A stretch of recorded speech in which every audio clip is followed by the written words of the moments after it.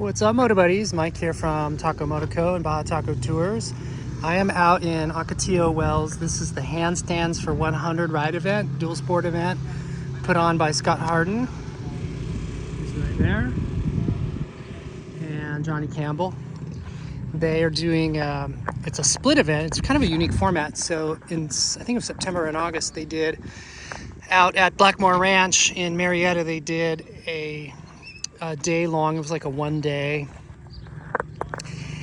homecoming. They call it like a reunion. It was basically a lot of the legends of the sport of AMA local chapter racing and then Baja racing. They brought a bunch of guys together out at the ranch and did kind of like a special awards presentation where they gave some sportsman awards, some legends certified by Johnny and Scott, and it was just a great celebration event of the history of off-road racing. And so part 2 of their series is this off-road weekend event. It's Saturday right now. We all gathered up yesterday. Last night we had a campfire, sat around with these guys, told stories. Today the guys went out and they did a ride. It was like a 100-mile loop ride out of the Ocotillo Wells RV Resort, which is a really cool place. I've never been here and I'm super impressed. I really like it. So guys are starting to trickle back in. And then tonight we're gonna do a big campfire, have stories. Scott and Johnny have arranged dinner for everybody. And then we'll do a little bit more bench racing, and tomorrow everybody's gonna split off and take off, get out of here. So I've got Johnny's bike right here. This is Johnny Campbell's personal bike. This is the machine. This is not his 1000 race bike. If you've been following his career, you know he is no longer actively racing. He is running Honda North American race team, is essentially now JCR Racing, and they have focused on some of the GNCC stuff, some of the East Coast stuff. They've got all kinds of series. What you can go on their website and see what they've been up to, but if you've been following his career and what his program has turned into, they've also been running a Dakar program. Maybe you've heard of Ricky Brayback. He won the Dakar Rally as the first American. That's all part of the program.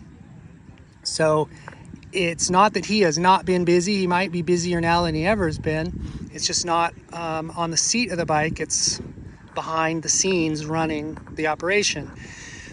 So this is his, I forgot to check what year this is. It's probably a 20 or a 21 in the notes. I'll put it down. But this is a 450X, CRF450X. And he's got some very special mods set up exactly to his needs for this bike. So really this is his Baja trail bike. He's run the Cameron Steel Rip to the Tip a couple times. He's run a lot of Baja trail riding, this trail ride and others. And so the X and RL are on the same chassis, same platform, 6-speed. So really this is the 6-speed. That's kind of the key, is this is the high wattage output electrical system with a 6-speed, and that's why he's picked this bike over the R. A lot of the Baja guys will run the X bike because of that 6-speed, a little wider down in the foot pegs to accommodate the wider engine case with the 6-speed and the high output electrics, and that's what he's done, and that's why he's picked this bike. Some of the things that make it unique to his setup, let's start up here on the front wheel. So he's got stock wheels and hubs, stock rims and hubs, but he's running Kenda Parker DTs. Inside of there are the Nitro Moose. Everything is stock on the brakes. Suspension is completely redone. It's pro circuit, and it's all very customized to him and to his settings and to how he is riding. He's got a Baja Design Squadron Pro. The electrical output on this bike easily runs that light. You could probably put a bigger one on there. And the RL has the headlight has a cutout, and so some of the guys who run the X bikes will run the headlight mast from the RL and when they use the Baja Designs light, they'll use the like a Squadron and then an S2 to give them 4 lights.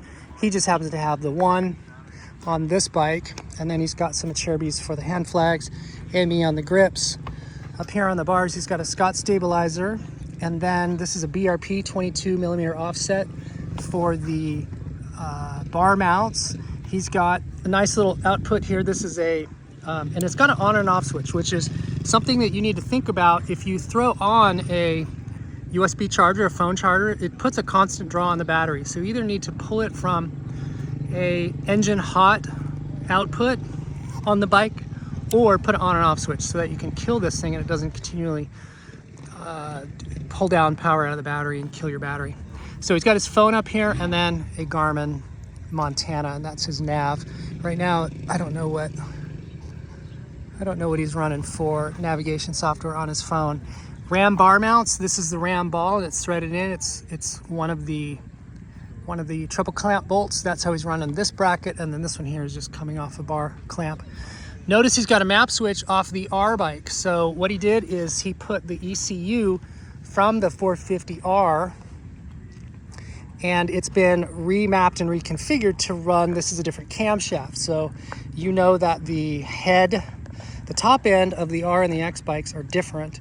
And so because he's got the R ECU, he's got the map switch, but it's been remapped to account for the milder camshaft in this engine. And it's a smoother output, smoother power. That's why a lot of the X bikes make such a good trail bike, because it's just a little smoother hit than the R. And that's a very cool custom setup, the way he's got that. And Johnny Campbell Race Shop, JCR Race Shop, set up for him. Very cool. You should get a hold of him if you have any setup. If you've got one of these bikes that you want built out just like this, JCR Race Shop is where this came from, and he'd be more than happy to set you up an X bike or any of the Honda bikes just like this. Note that he's got a nice custom seat. It's the same it's stock foam, but he's got a nice suede cover over that, and then really grippy on the sides. So that's a nice custom top, and JCR Speed Shop right there. He took the vapor recovery canister off, and then in its place is a little piece of PVC pipe that they made. You can see that this is the rubber body for the old vapor recovery canister, and it's in the same mount, but then they just adapted it here with the end cap and then a cover, and then inside of it, if I can get that off, he's got a Motion Pro multi-tool. Great place to store that. And you could also keep your documents, your bike documents, in there as well. Stock engine hasn't been opened. He's got 200 plus hours on here, and he said he hasn't even pulled the valve cover off, so it's been very reliable and maintenance free for the most part. I think he's got some aftermarket shift lever on there. You can see how many stock components are on there, stock foot pegs. Of note here, while we're looking at this engine hanger, so he's taken the standard stock engine hanger and then modified the shape. He's taken some of the material of the way and rounded over the corners, and that's just to give this chassis more flex. One of the things, one of the areas of critique, I guess, with this perimeter frame is how rigid and stiff the bike feels. And so if you're using it for trail use, you want a little more compliance, and you can do that by doing some modifications to the engine hangers. There are guys I've seen who will skeletonize it a little bit. They'll drill some holes in here. This is Johnny's version of it. He's also running these bolts here, all the engine bolts. So these guys down here, the swing arm bolt, and then I think there's one bolt underneath, and those are, he's running at 10% under spec. So spec value minus 10%. And that is a known, proven method to get a little more compliance out of a little more flex, a little more comfort out of this chassis, which is known to be rigid.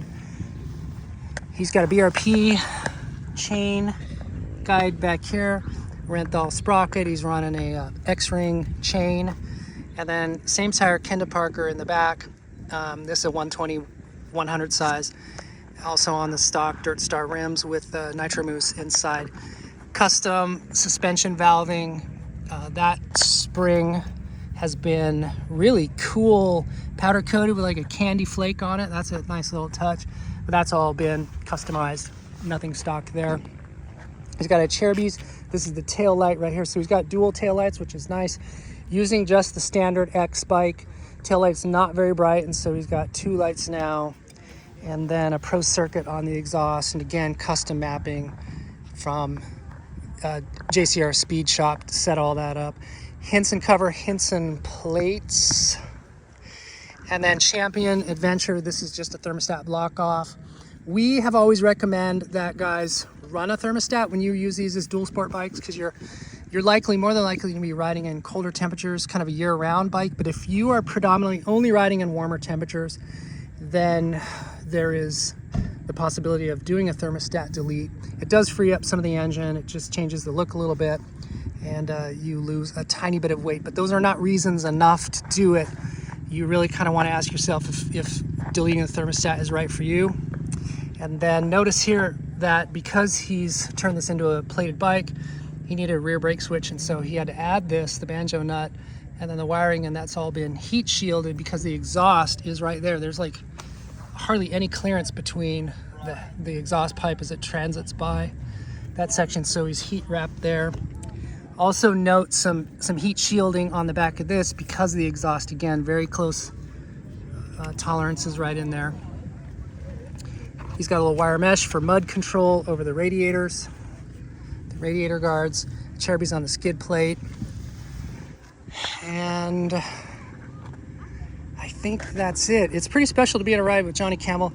Hell of a guy to hang out with. He's very personable. And something I would say about him and Scott is the fact that these guys are legends in their sports. They have been around a long time and could easily retire and pull away from the population, pull away from, you know, us little guys who are trail riders and enjoy the sport. But these two gentlemen continue to like be in front of the community of riders and to serve them. They are statesmen for the sport, do a hell of a good job maintaining the stoke that comes with riding dirt bikes, and they're just encouraging sort of the next generation of guys to continue riding bikes and enjoying them. And it's kind of thrilling to spend time with guys who are that approachable. You know, they say never meet your heroes, you'll be disappointed. These are two instances with two guys who prove that not to be true in their case. So please look up, and like I said, go see JCR if you have any specific questions about this bike. He knows all about it and will get you dialed in. But it's an impressive machine and it's a great place. It's a great ride. Thanks Johnny, thanks Scott for putting this on, and thanks to all the participants. Thank you guys for watching. Like and subscribe. Go out and get some adventure.